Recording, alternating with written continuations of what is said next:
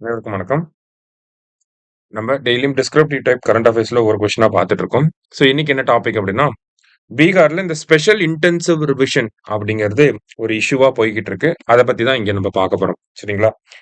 So special intensive revision அப்படிங்கிறது என்ன அப்படின்னா, எலக்டோரல் ரோல்ஸை அப்டேட் பண்றாங்க. அதுதான் சிம்பிளா பார்த்தோம்னா ஸ்பெஷல் இன்டென்சிவ் ரிவிஷன் அப்படின்னு சொல்றோம். ஓகேவா? இப்போ எலக்டோரல் ரோல் அப்படிங்கிறது என்னன்னா, அது வந்து ஒரு டாக்குமெண்ட். சரியா? அதுல வந்து list of eligible and register ஒரு கான்ஸ்டிடியூவன்சில ரிஜிஸ்டர்டு ஓட்டர்ஸ் எவ்வளவு பேர் இருக்காங்க, எலிஜிபிள் ஓட்டர்ஸ் எவ்வளவு பேர் இருக்காங்க அப்படிங்கிறத சொல்லக்கூடிய ஒரு டாக்குமெண்ட் தான் இந்த எலக்டோரல் ரோல் அப்படிங்கிறது. அது எதுக்கு கீழே ப்ரிப்பேர் பண்றாங்கன்னா, ரெப்ரசன்டேஷன் ஆஃப் பீப்புள் ஆக்ட் 1950க்கு கீழே ப்ரிப்பேர் பண்றாங்க. சரியா?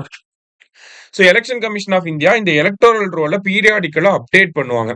அதுதான் என்னன்னு சொல்றோம், ஸ்பெஷல் இன்டென்சிவ் ரிவிஷன் அப்படின்னு சொல்றோம். ஸோ தட் நமக்கு அந்த ஓட்டர் லிஸ்ட் அப்படிங்கிறது அக்யூரேட்டா எல்லாத்தையுமே உள்ளடக்கியதா இருக்கக்கூடிய ஒரு ஓட்டர் லிஸ்டா இருக்கணும் அப்படிங்கிறதுக்காக. சரியா? ஸோ அதுதான் நம்ம ஸ்பெஷல் இன்டென்சிவ் ரிவிஷன் அப்படின்னு சொல்றோம். என்னென்ன கான்ஸ்டிடியூஷனல் ப்ரொவிஷன்ஸ், லீகல் ப்ரொவிஷன்ஸ்லாம் இருக்கு அப்படின்னா, ரெப்ரசன்டேஷன் ஆஃப் பீப்புள் ஆக்ட் அதோட செக்ஷன் 16 என்ன சொல்லுதுன்னா, நான் சிட்டிசன்ஸ் இந்தியாவோட குடிமக்களா இல்லாதவங்கள அதுல இருந்து ரிமூவ் பண்ணும், ஓட்டர் லிஸ்ட்ல இருந்து ரிமூவ் பண்ணும். செக்ஷன் 19 என்ன சொல்லுது அப்படின்னா, 18 வயசுக்கு மேல இருக்கிறவங்கள அந்த ஓட் லிஸ்ட்ல ஆட் பண்ணணும் அப்படின்னு சொல்லுது. செக்ஷன் 21 என்ன சொல்லுது அப்படின்னா, எலெக்ஷன் கமிஷன் ஆஃப் இந்தியா இந்த எலக்டோரல் ரோல்ஸை பீரியாடிக்கலா ரிவைஸ் பண்ணலாம் அப்படின்னு சொல்லி அந்த அதிகாரங்களை வழங்குது.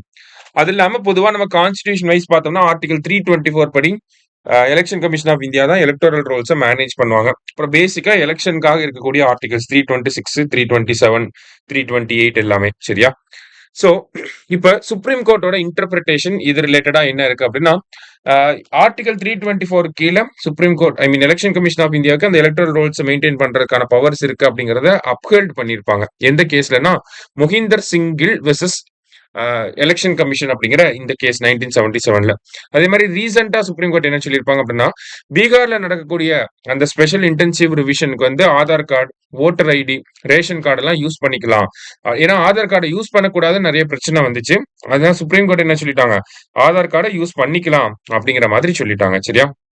சோ இப்ப இதுதான் வந்து பேசிக்கா ஸ்பெஷல் இன்டென்சிவ் ரிவிஷன்னா என்ன, எலக்டோரல் ரோல்ஸ்னா என்ன, என்ன லெஜிஸ்லேட்டிவ் ஃப்ரேம் ஒர்க் இருக்கு, என்ன கான்ஸ்டிடியூஷனல் பேக்கப் அப்படிங்கிறது இருக்கு, சுப்ரீம் கோர்ட் வந்து என்ன இன்டர்ப்ட் பண்ணிருக்காங்க அப்படிங்கறத பார்த்தோம். இப்ப என்ன எதுக்காக இந்த எஸ்ஐஆர் அப்படிங்கிறது தேவைப்படுது அப்படின்னா, டு என்ஷூர் அக்யூரசி. அதாவது ஓட்டர் லிஸ்ட் அப்படிங்கறத பீரியாடிக்கலா ரிவைஸ் பண்ணும். அப்பதான் நம்ம இறந்து போனவங்களை நீக்க முடியும், டூப்ளிகேட் ஓட்டர்ஸை நீக்க முடியும். அதே மாதிரி வேற கான்ஸ்டிடியூன்சிக்கு மாறினவங்களையும் நம்ம ரிமூவ் பண்ண முடியும். சரிங்களா? அப்பதான் நம்ம அந்த ஓட்டர் லிஸ்ட் அப்படிங்கிறது அக்யூரசியா இருக்கும். சரியா? அதுக்கப்புறமா டு இன்க்ளூட் மார்ஜினலைஸ்ட். ஒரு சில பேர் வந்து மைக்ரேட் ஆகி போயிருப்பாங்க. திரும்பவும் மைக்ரேட் ஆகி போனனால ஓட்டர் லிஸ்ட்ல அவங்க பேர் இருக்காது. மறுபடியுமே அவங்கள வந்து இன்க்ளூட் பண்றது. இப்ப எக்ஸாம்பிளுக்கு ஒரு தடவை கமல்ஹாசனுக்கே ஓட்டு இல்ல அப்படின்னு சொன்னாங்க. சோ அந்த மாதிரியான இஷ்யூஸ் எல்லாம் வந்து அட்ரஸ் பண்ணணும் அப்படிங்கிறதுக்காக தான். அடுத்தது டு பில்ட் டெமோக்ராட்டிக் ட்ரஸ்ட் அப்படின்னு சொல்லியிருக்காங்க. அதாவது 1 பர்சன் 1 வோட் அப்படிங்கறத வந்து நம்ம அப்ஹோல்ட் பண்ணணும். அடுத்தது டெக்னாலஜிக்கல் டிரான்சிஷனை சப்போர்ட் பண்றதுக்காக.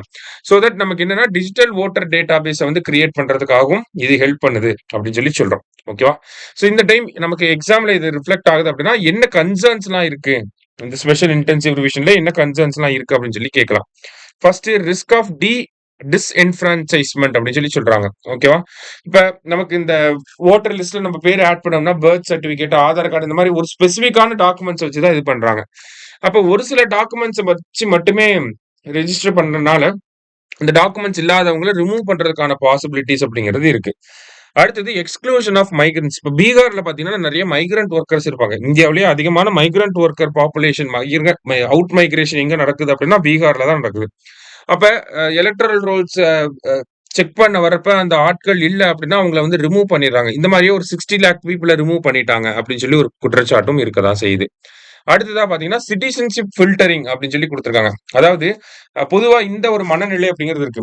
நேஷனல் என்ஆர்சியை வந்து அப்டேட் பண்ணிடுவாங்க. இந்த ஸ்பெஷல் இன்டென்சிவ் ரிவிஷனை பேஸ் பண்ணி டாக்குமெண்ட்ஸ் இல்லைன்னா எப்படி ஓட் லிஸ்ட்ல இருந்து ரிமூவ் பண்றாங்களோ அதே மாதிரி குடியுரிமையில இருந்து ரிமூவ் பண்ணிடுவாங்களோ அப்படிங்கிற ஒரு பயமும் இருக்கதான் செய்யுது.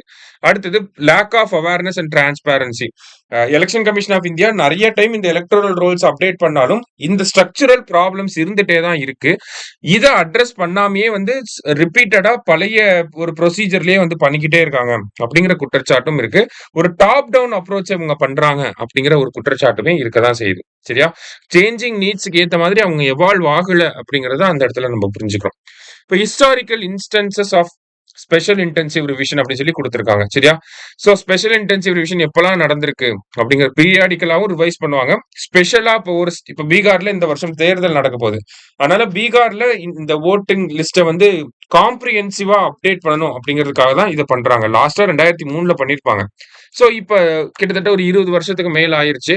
அதனால இப்ப ஸ்பெஷல் இன்டென்சிவ் ரிவிஷன் அப்படிங்கறத பண்றாங்க. சரியா?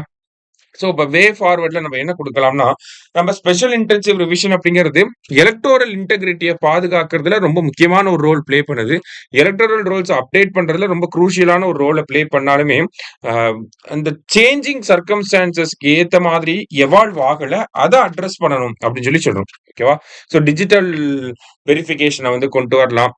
மைக்ரண்ட் ஒர்க்கர்ஸ் வெளியூர்ல இருப்பாங்க, அவங்கள எப்படி நம்ம ஓட்டர் லிஸ்ட்ல இன்க்ளூட் பண்ண போறோம், அந்த மாதிரியான விஷயங்களை அந்த ஆஸ்பெக்ட்லாம் வந்து அட்ரஸ் பண்ணணும் அப்படின்னு சொல்லி நம்ம கொடுக்கலாம். சரியா? சோ இன்னைக்கு ஒரு முக்கியமான டாபிக்கை பார்த்திருக்கோம். நன்றி. சுரேஷ் IAS அகாடமி, வெற்றியின் முகவரி.